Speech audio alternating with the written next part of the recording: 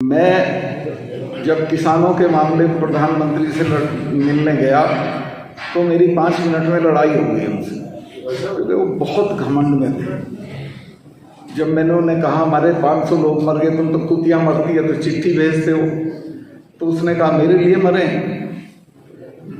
मैं कहा भाई आपके लिए तो मरे थे, जो आप राजा बने हुए हो उनकी वजह से। खैर झगड़ा हो गया मेरा।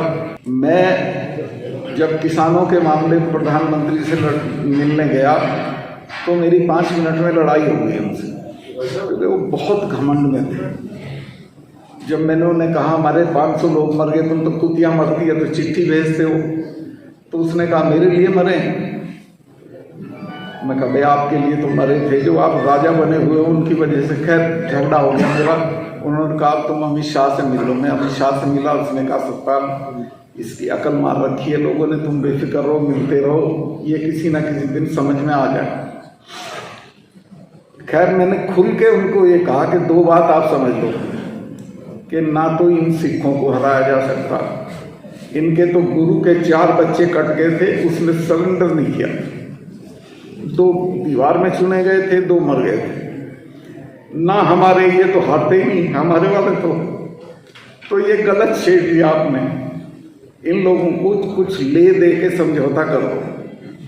तो उसने कहा अच्छा देखेंगे ये वो। खैर किसी स्टेज पे उसकी समझ में आ गई ये बात, और मैं एक दिन बोला, अगले दिन उन्होंने बयान दे दिया कि भाई मैं माफ़ी चाहता हूँ और ये बात अब ख़त्म करते हैं, और मुझे लगता है सारे मसले आपके हल हो जाएंगे, और सिर्फ आपकी एकता की वजह से, कोई मेरे करने से नहीं।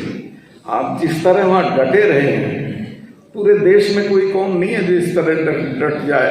आंधी, बरसात, सर्दी, गर्मी, सड़कों पे पड़े हैं, खुद बना के खाना खा रहे हैं, लेकिन डटे हुए हैं। और ये और कह दिया था कि ये हट जाएगा, हम नहीं हटेंगे, हम तो 4 साल रहना होगा तो 4 साल रहेंगे। तो ये आपकी ताकत है। ये मत देखो कि आपके हवेली है कि नहीं है, आप पे पैसे हैं कि नहीं, आप पे कैरेक्टर है, आपका एक किरदार है।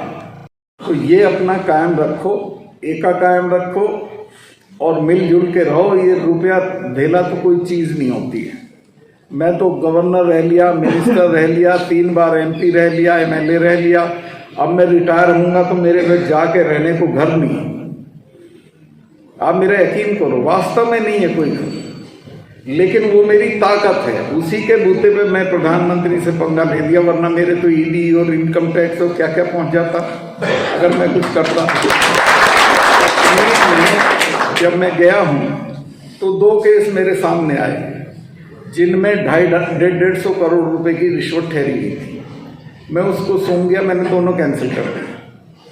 मुझे सेक्रेटरी ने कहा जी इसमें फला आदमी ले रहा है, इसमें फला आदमी ले रहा है, और ये आपको भी मिल सकता है। मैं कहा मुझे नहीं चाहिए, मैं 6 कुर्ते पजामे लेके आया हूँ, ये लेकर वापस जाता हूँ।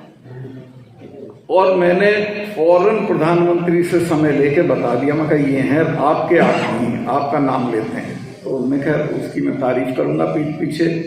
उसने कहा कि तुमने ठीक किया और करप्शन पे कोई समझौता मत करो।